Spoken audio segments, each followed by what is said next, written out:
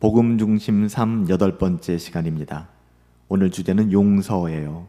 상처를 넘어서는 은혜의 길, 복음으로 우리는 용서할 수 있게 되죠. 8번째 주제 용서에 대해서 함께 상고합니다. 여러분, 우리는 흔히 복음을 생각할 때 내가 구원받았다, 내가 죄사함 받았다, 나는 하나님의 자녀가 되었다, 이처럼 우리가 복음을 생각할 때 개인적인 차원에서만 생각하는 경향이 있어요. 물론 이게 틀린 말은 아닙니다. 복음은 철저히 개인적인 구원을 포함하고 있습니다. 하지만 성경은 이 구원이 결코 나에게만, 나 자신에게만 개인적으로만 머물지 않는다라고 가르치고 있어요. 우리가 선교의 영역에서 이 부분들을 살펴보았죠. 복음은 반드시 관계를 통하여 흘러가게 되어 있습니다. 복음은 내 안에 고립될 수 없어요. 흘러갈 수밖에 없는 것입니다.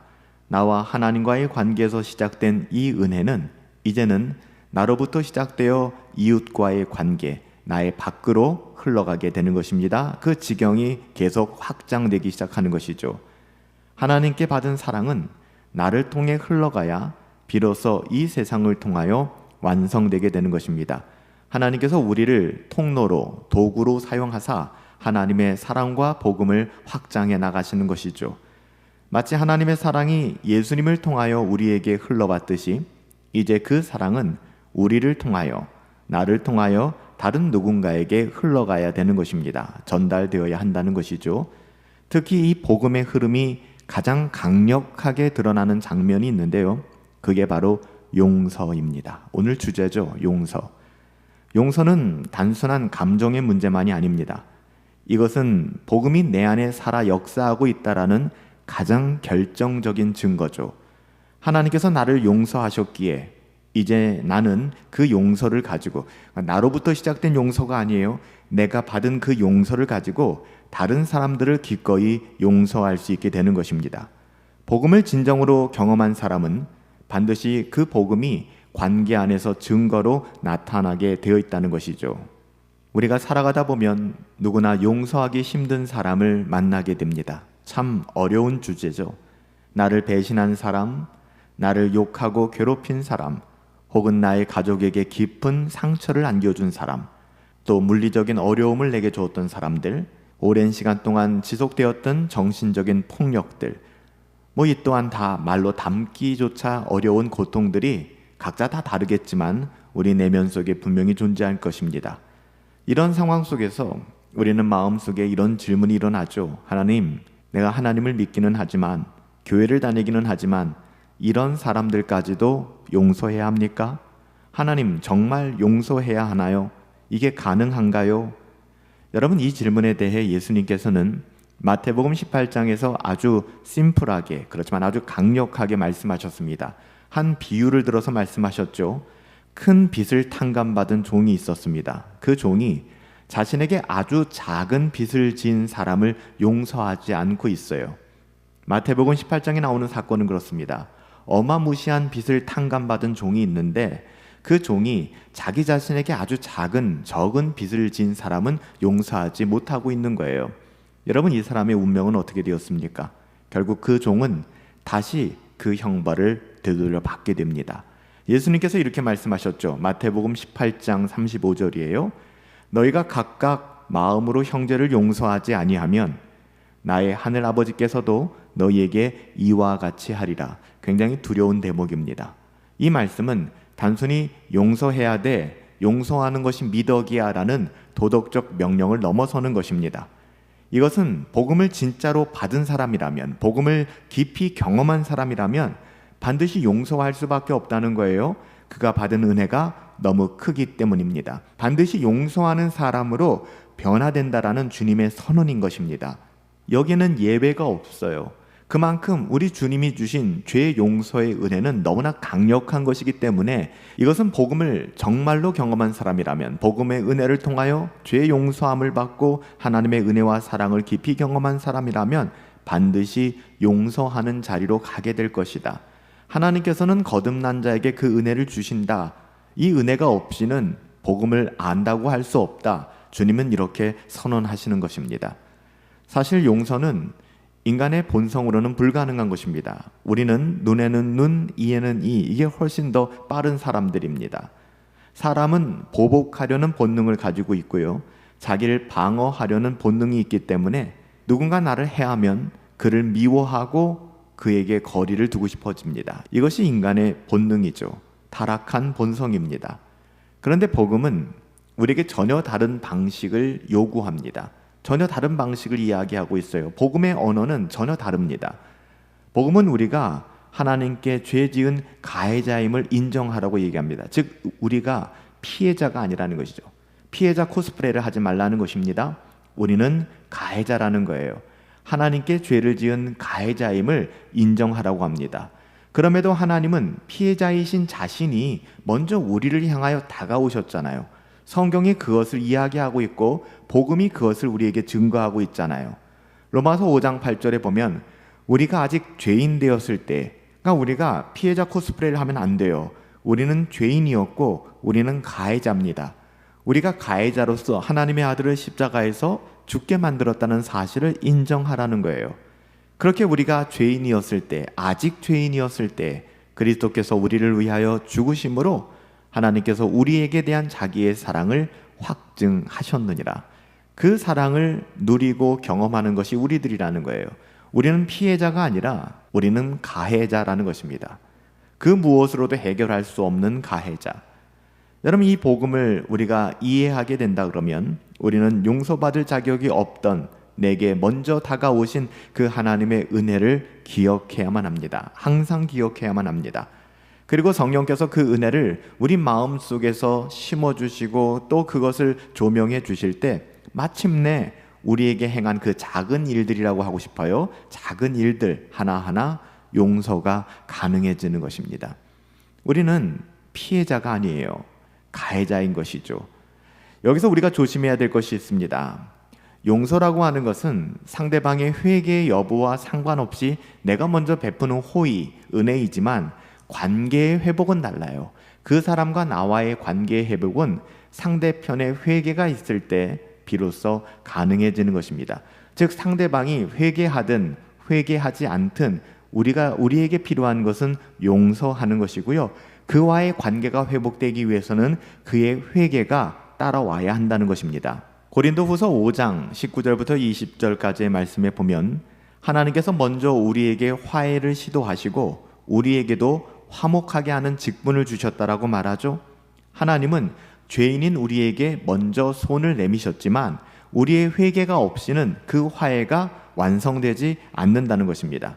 마찬가지로 우리가 누군가를 용서할 수는 있지만 그 사람이 진정으로 회개하기 전에는 진정한 관계의 회복은 일어날 수 없다는 것입니다. 그건 우리의 영역이 아닙니다. 용서는 우리의 영역이지만 그와의 진정한 관계가 회복되어지는 것은 상대편의 회개가 따라와야 한다는 것이죠. 기독교 상담가 댄 앨런더는 이렇게 이야기합니다. 용서는 빚을 탕감해 주는 것이지만 회개가 있어야 또다시 새로운 돈을 빌려줄 수 있는 것이다. 참 재미있는 표현이죠.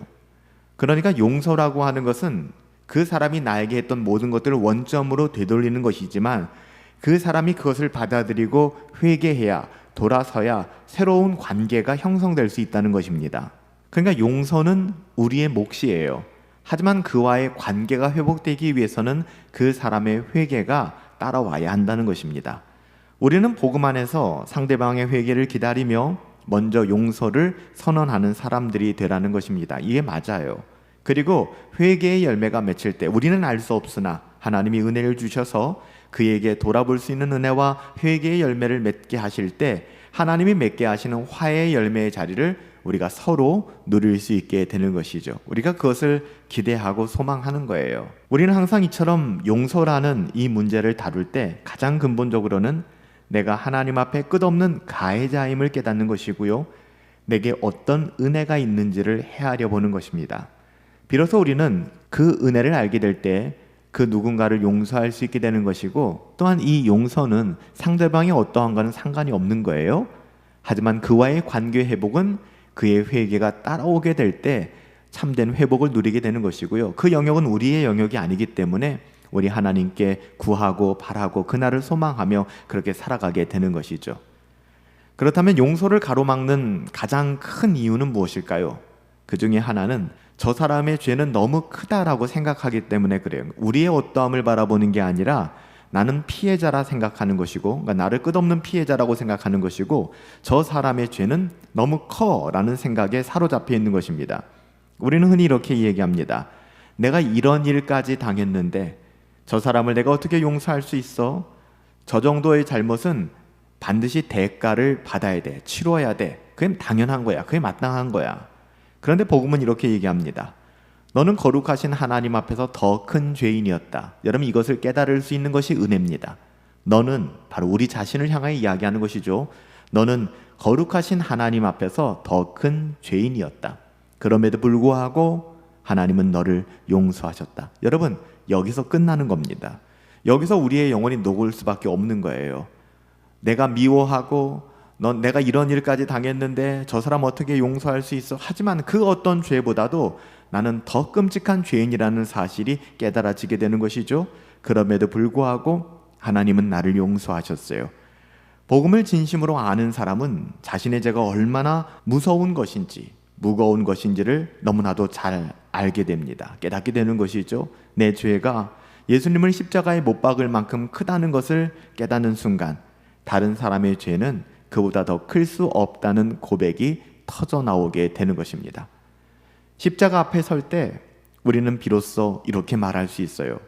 나는 하나님께 그렇게 큰 죄를 용서받은 사람입니다. 나는 더 이상 할 말이 없는 사람입니다. 그러니 나도 이 사람을 그 사랑으로 용서하겠습니다. 내가 받은 용서는 내가 하는 용서에 비교할 수가 없는 것입니다. 여러분, 이 마음이 모든 용서를 가능케 하는 은혜의 원천이 되는 것입니다. 끝으로 한 가지 우리가 분명하게 살펴볼 것이 있는데요. 이 용서는 절대 값싼 은혜가 아니라는 것입니다. 용서라고 하는 것은 괜찮아, 아무 일도 아니야 라는 말이 아닙니다. 오히려 그 상처와 고통을 인정하고 그 모든 감정을 품은 채로 보복할 권리, 거리둘 권리, 미워할 권리를 내려놓는 고통의 결단입니다. 그냥 그렇게 되는 게 아니에요. 아주 처절한 씨름입니다. 여러분, 이 용서의 길을 누가 걸어가셨어요? 예수님께서 걸어가신 것입니다. 예수님은 십자가 위에서 자신을 조롱하고 때리고 침뱉는 자들을 향하여 이렇게 기도하셨어요. 아버지, 저들을 사하여 주옵소서, 용서하여 주옵소서. 자기들이 하는 것을 알지 못함이니이다. 이 기도가 우리의 가슴 속에 살아있게 될 때 우리도 그 십자가 앞에서 용서의 길을 기꺼이 즐거이 택할 수 있는 거예요. 고통스럽지만, 마음의 어려움은 있지만 그 고통을 넘어서는 은혜가 우리 안에 있기 때문이죠. 복음을 진짜로 믿는 사람들, 복음 중심의 삶을 걸어가는 사람들이 용서의 길을 걸어갈 수 있는 것입니다. 왜냐하면 내 힘으로는 불가능하기 때문에 그래요. 복음 중심의 삶이 아니고서는 불가능한 영역입니다. 나는 절대 저 사람을 용서할 수 없어. 저건 도저히 용서할 일이 아니야. 이런 말들이 우리 마음속에서 터져 나오지 않습니까? 이런 말들이 우리 마음속에서 터져 나올 때 우리가 붙잡아야 하는 것은 나의 경험, 나의 감정, 나의 어떠함이 아닙니다. 이 모든 것을 파쇄하고 성령께서 우리 안에 복음을 믿게 하시고 그 복음으로 인해 용서할 힘을 주시잖아요. 용서는 상처를 무시하는 게 아닙니다. 깊은 상처가 있지만 오히려 그 상처를 낫게 하고 감싸주는, 싸매어주는, 오히려 가장 깊은 상처에 복음이 심겨졌을 때 진정한 회복이 일어나게 되는 것입니다. 이 복음의 씨앗이 십자가에서 흘러나온 은혜의 피로 자라게 될 때 우리는 점점 하나님을 닮은 사람으로, 하나님의 자녀로 복음 중심의 삶을 경험하게 되는 것입니다. 용서의 여정은 고통이 따라와요. 하지만 동시에 아픈 만큼 치유의 길입니다. 유일한 치유의 길입니다. 그리고 그 길 끝에서 우리는 가장 놀라운 사실을 마주하게 되죠. 아, 내가 누군가를 용서한 것이 아니라 하나님이 나를 통해 그를 용서하신 것이구나. 용서는 인간적으로 보면 너무나 어렵고 억울한 일이 많습니다. 하지만 복음을 경험하고 나면 그 복음은 우리의 마음을 녹이고 결국 상처를 넘어 은혜의 길로 우리를 인도할 것입니다. 오늘 이 시간 어려울 수 있지만 우리 마음속에 떠오르는 얼굴들이 있다면 여러분 그를 위하여 기도하십시오. 분노를 거두어 드리십시오. 증오를 거두어 드리십시오. 살인하지 마십시오. 그에게 부드러운 마음을 구하시고 하나님의 은혜를 구하십시오. 그리고 주님이 나를 용서하신 것처럼 그 용서에 힘입어 용서를 결단하십시오. 하나님은 우리가 복음에 따라 용서하는 바로 그 자리에서 하나님의 얼굴을 가장 깊이 경험하게 하실 거예요. 용서의 자리에서 복음 중심의 삶을 경험케 되는 것이죠. 복음으로 용서하십시오. 상처를 넘어서는 은혜의 길이 반드시 열리게 될 것입니다. 여러분, 이 시간에는 우리 교재에 나와 있는 질문을 그대로 좀 한번 여러분들이 답해 보시고 돌아보셨으면 좋겠어요. 교재에 보면 6가지 질문이 나오거든요. 책에도 마찬가지고 유인물에도 마찬가지 동일한 질문을 써드렸습니다. 용서하는 마음을 갖는 것인데요. 첫 번째 질문은 내가 용서해야 될 한두 명을 생각해 보자. 어쩌면 더 깊이 용서해야 될 사람들이 있을지 모르겠어요. 만약 아무도 생각나지 않는다 그러면 여러분 그것은 위선입니다. 그런 사람이 없지 않아요. 반드시 있습니다. 여러분 생각나도록 하나님께 간구하세요. 구하세요. 그리고 다음의 상황들을 떠올리면서 기억나는 사람들을 좀 생각해 볼 수 있습니다. 첫 번째, 내가 멀리하는 사람은 누구이지? 바로 그 사람일 수 있어요. 내가 멀리하고 싶은 사람, 내가 불편해하는 사람은 없는지, 내가 더는 좋아하지 않는 사람이나 마음에 반복되는 갈등이 계속 나타나는 관계는 없는지, 나를 아프게 하는 말이나 행동을 한 사람이 누구인지, 분노와 응어리, 짜증과 두려움, 비판과 험담 같은 감정이 떠오르는 사람은 없는지 분명히 있을 거예요. 이런 여러분 질문들을 통해서 한두 사람을 좀 생각해 보시고 그 이름 석자를 쓰는 것이 정말 쉽지 않을 것입니다. 누구에게 보이기 위한 것이 아니고 여러분 그런 관계를 한번 찾아보시기 바랍니다. 두 번째, 이 사람의 어떤 점이 나를 가장 화나게 만들고 괴롭게 하였는가를 여러분 찬찬히 한번 뜯어서 생각해 보시기 바랍니다.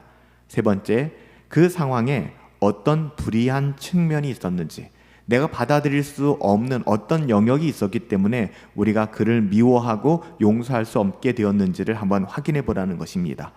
그 사람은 어떻게 나를 학대하였는지, 상처를 주었는지, 범죄했는지 여러 가지 일들이 있었겠죠. 그 부분들을 한번 생각해 보라는 것이죠. 그리고 네 번째, 이 사람을 진정으로 용서하기 위해 마음 깊은 곳에서 원하는 것이 있는가. 그러니까 여러분들 그 사람을 용서하기 위해서 정말로 내가 원하는 것이 있을 수 있을 겁니다. 조건이겠죠. 이렇게 하면 내가 그 사람을 용서할 수 있어. 이런 것들이 될 것입니다. 다시 말해서 이 사람을 마음에서 놓아주기 전에 이 사람에게 내가 무엇을 원하고 있는지, 구체적으로 그 사람이 무슨 말을 해주기를 바라는지 그 부분들도 한번 여러분 써보시기 바랍니다. 다섯 번째, 하나님께 자신이 진 빚을 표현해보라. 이제는 내가 미워하고 내가 용서할 수 없는 그 사람에 대한 부분들 뿐만 아니라 우리와 하나님과의 관계, 즉 그를 용서할 수 있는 원동력이 되는 참된 용서를 우리가 좀 이해할 필요가 있잖아요. 그래서 다섯 번째 질문을 답해보는 것입니다. 하나님께 자신이 진 빚을 한번 표현해 보라는 거예요. 내가 하나님 앞에 어떤 빚을 졌는지, 그 빚은 당신에게 해를 끼친 사람들의 빚보다 훨씬 더 큰가? 그러니까 우리가 그 사람을 용서하지 못하고 있는데 우리가 받은 용서가 그것과 견줄 수 있는 것인가를 좀 돌아보라는 것입니다. 여러분, 그럼에도 불구하고 우리 잘 알잖아요. 우리는 그 빚을 아무 조건 없이 탕감받았어요. 용서받았어요. 지금 당장 답하실 필요 없고요. 잠시 시간을 갖고 이런 질문들에 대해서 여러분 천천히 답해 보십시오. 여러분의 삶에서 나타나는 특정한 죄의 문제들, 연약함들 구체적으로 연상하시며 하나님께 진 빚이 얼마나 큰지를 좀 한번 기록해 보시면, 우리가 회개의 영역에서도 그런 부분을 적어보긴 했지만 여러분 천천히 한번 적어보시기 바랍니다. 마지막 여섯 번째 질문은, 이전에 당신이 다른 사람을 대하던 방식은 당신이 지은 죄의 빚과 그리스도의 용서에 대한 관점을 어떻게 축소했는가? 이게 무슨 질문일까요? 그러니까 예전에 우리들이 다른 사람들을 대하는 방식이 있지 않았습니까? 용서하지 못하거나 아니면 우리 나름대로 우리의 어떠함대로 그 부분을 판단하고 평가했던 것들. 하지만 우리가 지은 죄와 하나님 앞에 그 죄의 대가는 사망인데 그 빚, 그렇지만 그것을 아무 조건 없이 예수 그리스도께서 용서해 주셨잖아요. 돌아보면은 우리는 예수 그리스도의 십자가의 복음은 무한한데 그 십자가의 복음을 무한 축소시켜서 용서하지 못하고 우리의 어떠함을 가지고 이 모든 문제를 해결하려 했던 거예요. 그러니 복음 중심의 삶을 살아갈 수 없고 우리 중심의 삶, 끝없이 복음을 축소시키고 왜곡시키는 삶을 살아가게 됐던 것이죠. 십자가가 확장되어지고 은혜의 복음이 확장되어지는 것이 맞는데 용서할 수 없는 것이죠. 용서할 수 없는 자리에서는 십자가가 무한히 축소될 수밖에 없는 거예요. 그래서 그리스도의 용서에 대한 관점이 끝없이 축소돼요. 그래서 내가 받은 용서가 하찮은 용서가 되는 것이죠. 그러니까 내가 그 사람도 용서할 수 없는 거예요. 내가 받은 용서가 하찮기 때문에. 반대로 내가 받은 용서가 감동적이라면 우리는 그 누구도 자연스럽게 용서할 수 있는 것이죠. 복음 중심 8번째 주제는 굉장히 어려운 부분들이고요. 우리가 혼자 생각해내기도 좀 쉽지 않은 부분일 뿐만 아니라 누군가에게 나눈다고 하는 것은 엄두도 나지 않는 부분들이에요. 그래서 여러분들 이 8과 같은 경우는 질문지를 제출하지 마시고 여러분들이 좀 한번 깊이 있게 이 6가지의 질문들을 대답하는 좀 글을 써보는 시간들을 가져보셨으면 좋겠어요. 이것을 저에게도 그냥 나눠주지 마시고 혼자 여러분들이 하나님과의 관계 속에서 깊이 돌아보는 시간들을 좀 가지셨으면 좋겠고요. 그리고 그냥 이 8과 용서에 대한 부분들을 통해서 하나님이 내게 어떤 마음을 주셨는가 하는 것만 여러분들이 좀 한번 쓰셔서 제출해 주시면 좋을 것 같아요. 6가지의 질문에 대한 답은 여러분 스스로 해보시고 이 용서에 대한 부분들을 통하여 내가 어떤 은혜를 받았는지, 내가 이 용서를 어떻게 깨닫게 됐는지 이 부분만 여러분이 느낀 대로 경험한 만큼 쓰셔서 제출해 주시기 바랍니다. 살아계신 아버지 하나님 감사합니다. 우리의 어떠함을 안다면, 우리가 받은 그 용서가 어떠한 것인지 알게 된다면 우리는 결코 복음을 축소시키고 왜곡시키는 것이 아니라 복음을 확장시키는 우리가 하나님의 자녀다운 삶을 통하여 기꺼이 용서하고 화목한 삶을 살아가게 될 것입니다. 용서는 우리의 영역입니다. 그리고 우리의 어떠함으로 하는 것이 아니라 우리가 받은 은혜가 격발되어 드러나는 것뿐입니다. 물론 관계의 회복은 상대방의 회개가 따라와야 가능하지만 우리가 해야 되는 것은 그의 어떠한과는 아무 상관없이, 그가 회개하든 회개하지 않든 상관없이 우리가 받은 그 은혜로 기꺼이 용서하는 자리, 그렇게 복음을 확장해 갈 수 있는 믿음의 삶을 살 수 있도록 은혜 더하여 주옵소서. 존귀하신 예수님의 이름으로 기도하옵나이다. 아멘.